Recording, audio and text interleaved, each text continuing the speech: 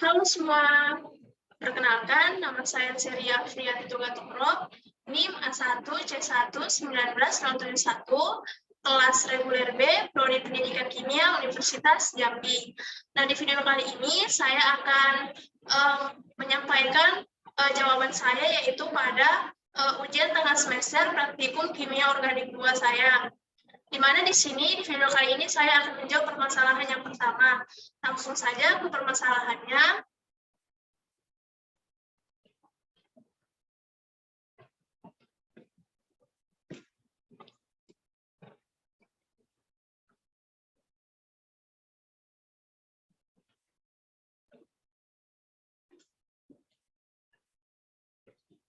Nah, permasalahan yang pertama ini adalah,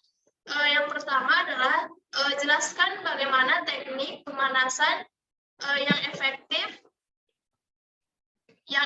sehingga menghasilkan asam oksalat dalam jumlah yang banyak. Dan yang kedua adalah jelaskan bagaimana teknik memurnikan asam oksalat yang terbentuk. Nah, di sini sebelum itu kita harus mengetahui bagaimana sih pembuatan asam oksalat berdasarkan video yang telah saya amati. Nah, berdasarkan video yang telah saya amati, bahwasanya pembuatan asam oksalat itu terbentuk pada percobaan ini, yaitu merupakan campuran antara gula pasir atau sukrosa dengan asam nitrat pekat atau HNO3. Nah, di mana reaksi pembentukan asam oksalat ini merupakan reaksi oksidasi antara gula pasir atau sukrosa dengan asam nitrat pekat atau HNO3. Nah, di mana campuran antara gula pasir atau sukrosa dengan asam nitrat pekat ini atau HNO3 ini menyebabkan larutannya itu menjadi berwarna coklat tua. Nah, nanti saya akan menampilkan video yang telah saya amati, di mana larutan tadi berisikan campuran antara gula pasir atau sukrosa dengan asam nitrat pekat atau HNO3 yang menghasilkan larutan berwarna coklat tua, yang mana pada pembuatan asam oksalat tersebut diberikan perlakuan, yaitu sebuah pemanasan. Nah, di sini saya akan menjawab pertanyaan yang pertama, yaitu apa teknik pemanasan yang efektif sehingga menghasilkan asam oksalat dengan jumlah yang banyak. Nah, di sini adapun teknik pemanasan yang efektif sehingga menghasilkan asam oksalat dalam jumlah banyak, yaitu sebagai berikut. Yang pertama adalah teknik pemanasan yang baik itu harus dilakukan di ruang tertutup dan dilakukan pada lemari asam. Dikarenakan jika dilakukan di ruangan terbuka, maka pemanasan tersebut akan dipengaruhi oleh lingkungan sekitarnya. Contohnya itu udara yang akan masuk ke dalam glass beaker yang akan mempengaruhi jumlah oksalat karena dia sudah terkontaminasi pada udara yang ada di luar. Nah, yang kedua adalah di sini juga berpengaruh lamanya pemanasan dan suhu pemanasan pada pembuatan asam oksalat itu harus sesuai. Dikarenakan jika waktu pemanasannya terlalu lama, maka akan mempengaruhi jumlah rendemen pada pembuatan asam oksalat tersebut. Nah, yang ketiga adalah pada saat proses pemanasan ini, glass beaker yang berisi larutan pada pembuatan oksalat ini, dia harus benar-benar diletakkan di atas pemanas tersebut agar proses pemanasan yang berlangsung itu dengan cepat dan langsung mengenai larutan asam oksalat yang ada di dalam glass beaker tersebut. Nah, di sini saya akan menayangkan video yang telah saya amati sehingga teman-teman dapat mengetahui bagaimana proses pemanasan yang dilakukan pada pembuatan asam oksalat ini.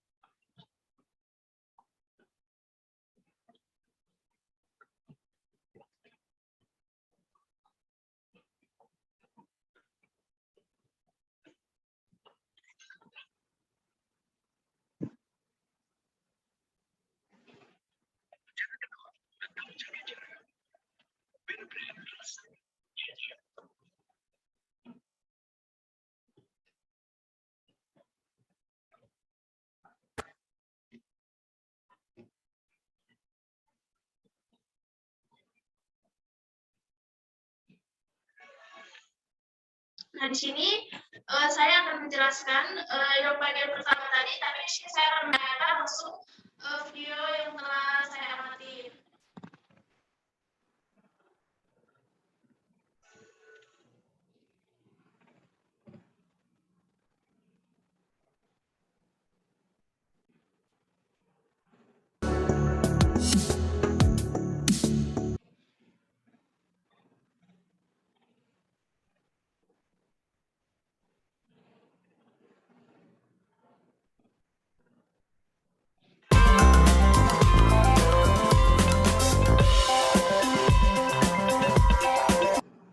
Nah, teman-teman dapat melihat tayangan dari video yang telah saya amati.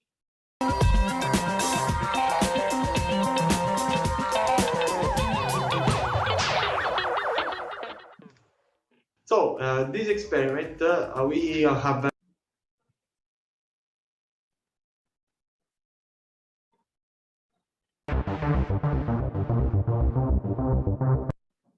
Nah, dari sini tadi pertanyaan yang pertama adalah bagaimana teknik pemanasan yang efektif sehingga menghasilkan asam oksalat dalam jumlah yang banyak. Nah, dari video ini tadi saya telah menjelaskan di awalnya yaitu teknik-tekniknya. Dan di sini saya akan menunjukkan secara langsung yaitu teknik pemanasan yang baik itu harus dilakukan di ruangan tertutup dan dilakukan pada lemari asam. Nah, namun berdasarkan video ini pemanasan yang dilakukan itu berada di ruangan terbuka dan tidak pada lemari asam, di mana dikarenakan jika dilakukannya di ruangan terbuka ini maka pemanasan tersebut akan dipengaruhi oleh lingkungan sekitarnya. Contohnya itu udara yang akan masuk ke dalam gelas beker yang akan mempengaruhi jumlah dari asam oksalat tersebut karena sudah terkontaminasi pada udara yang ada di luar dari gelas beker tersebut, sehingga asam oksalat itu harus dilakukan di ruang tertutup. Maka jika dilakukan di ruang tertutup, asam oksalat tersebut tidak akan dipengaruhi oleh udara dan yang ada di sekitarnya dan akan menghasilkan jumlah elemen yang banyak dan harus dilakukan di dalam lemari asam. Dikarenakan kita dapat melihat berdasarkan video ini.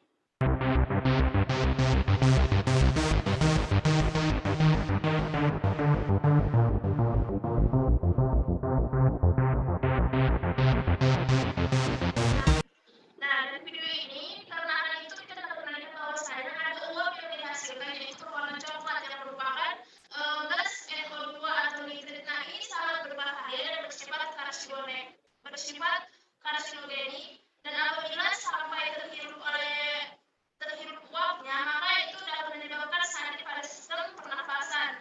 Oleh sebab itu, pada saat proses berlangsungnya pembuatan asam oksalat ini harus dilakukan pada lemari asam. Ini dimaksudkan agar uap atau gas NO2 yang terbentuk dapat diserap oleh lemari asam sehingga uap atau gas NO2 yang terbentuk tidak menyebar luas ke tempat lain.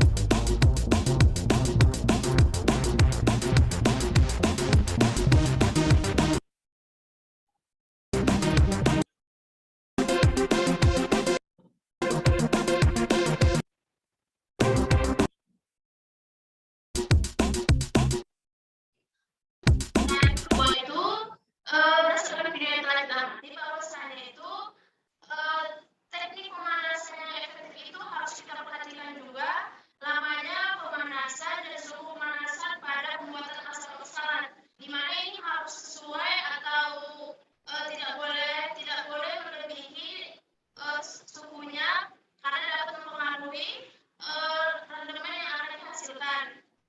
Nah, di sini juga berpengaruh jika waktu pemanasan yang terlalu lama juga akan mempengaruhi jumlah rendemen pada pembuatan asam oksalat tersebut, sehingga lamanya pemanasan yang digunakan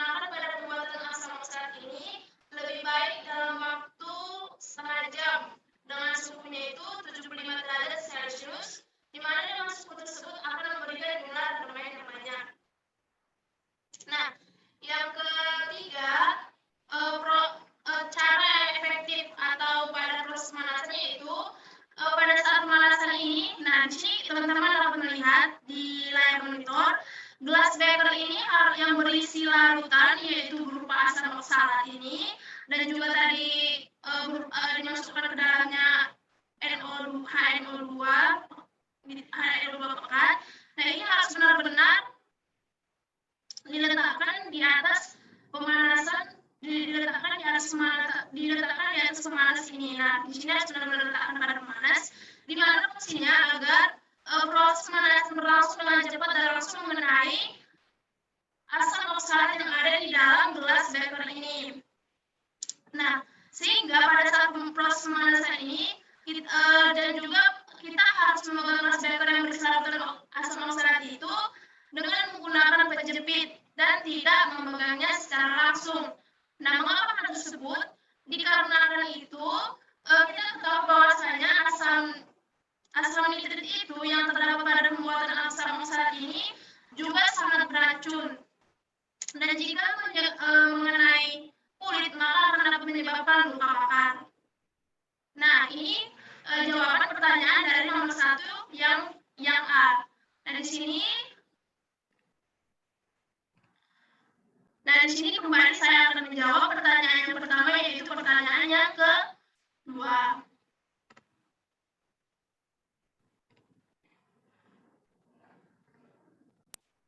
Nah, pertanyaan yang kedua itu adalah bagaimana teknik memurnikan asam oksalat yang terbentuk. Nah, teknik memurnikan asam oksalat yang terbentuk melalui proses pendinginan ini, di mana proses pendinginan berdasarkan video itu dilakukan jika larutan yang sisa dan tertinggal dari proses pemanasan adalah 25 mili. Yang mana proses pemurnian ini dilakukan melalui proses pendinginan yang dilakukan pada sebuah ruangan di mana gas beker tersebut dalam keadaan terbuka dan tidak ditutup, supaya larutan asam oksalat tersebut cepat membentuk kristal. Di mana proses pendinginan yang disertai dengan pengadukan ini bertujuan agar terbentuk kristal asam oksalat berwarna putih. Nah, di sini saya akan menampilkan video yang telah saya amati, yaitu bagaimana cara memurnikan asam oksalat tersebut.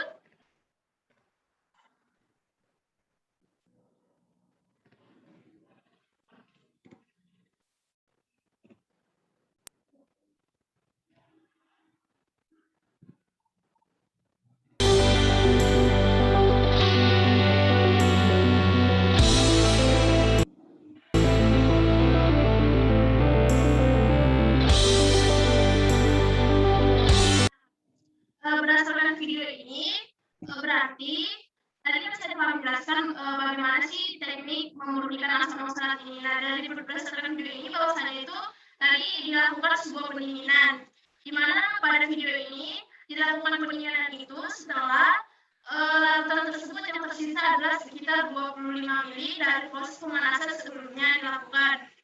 Nah, yang mana proses pendinginan ini dilakukan pada sebuah ruangan. Nah, di mana gas beker tersebut dalam keadaan terbuka, teman-teman dapat melihat di layar monitor, ini dalam keadaan terbuka dan tidak ditutup. Nah, mengapa hal tersebut dilakukan? Di mana tujuannya itu adalah supaya larutan asam oksalat itu cepat membentuk kristal. Di mana proses pendinginan ini juga disertai dengan pengadukan yang bertujuan agar terbentuknya kristal asam oksalat yang berwarna putih.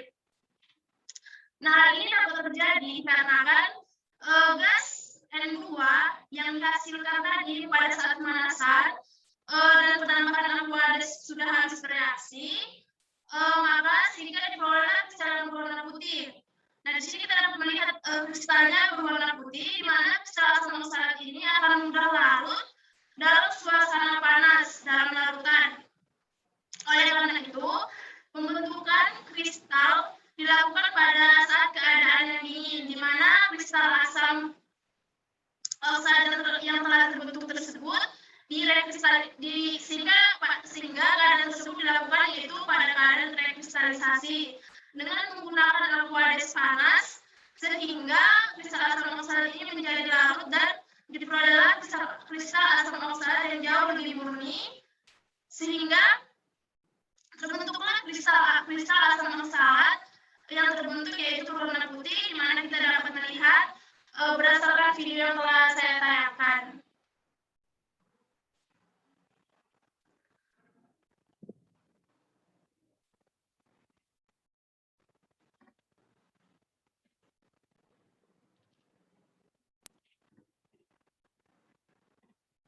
Nah, tadi kan kita telah melihat tayangan video yang telah saya sampaikan.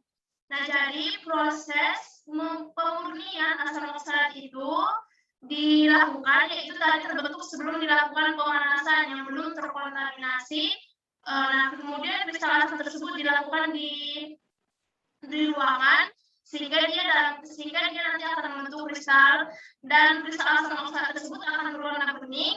Nah, di sini kita dapat melihat warna setelah dilakukan proses pemanasan dan juga sebelum dilakukan pemanasan dan setelah dilakukan rekristalisasi. Di mana sebelum dilakukannya kontaminasi, pada bagian pemanasan ini terbentuk kristal ini berwarna putih. Nah, berwarna putih dan bening. Nah, di sini dia melekat pada dinding tabung reaksi. Nah, teman-teman dapat melihat di layar monitor, dia itu melekat pada dinding tabung reaksi, dan setelah dilakukannya pemanasan, nah dia berubah warna menjadi coklat tua. Nah, tadi kan hal ini disebabkan karena itu ada asam nitrit yang pekat yang dimasukkan ke dalam campuran reaksi tersebut. Nah, di sini dia jadinya berwarna coklat tua dan dia berbentuk kristal. Teman-teman dapat melihat, nah, di layar monitor. Jadi itulah cara kita atau teknik memurnikan asam oksalat yang terbentuk. Sampai di sinilah jawaban saya dari ujian tengah semester praktikum kimia organik 2 saya, yaitu pada pertanyaan yang pertama. Saya ucapkan sekian dan terima kasih.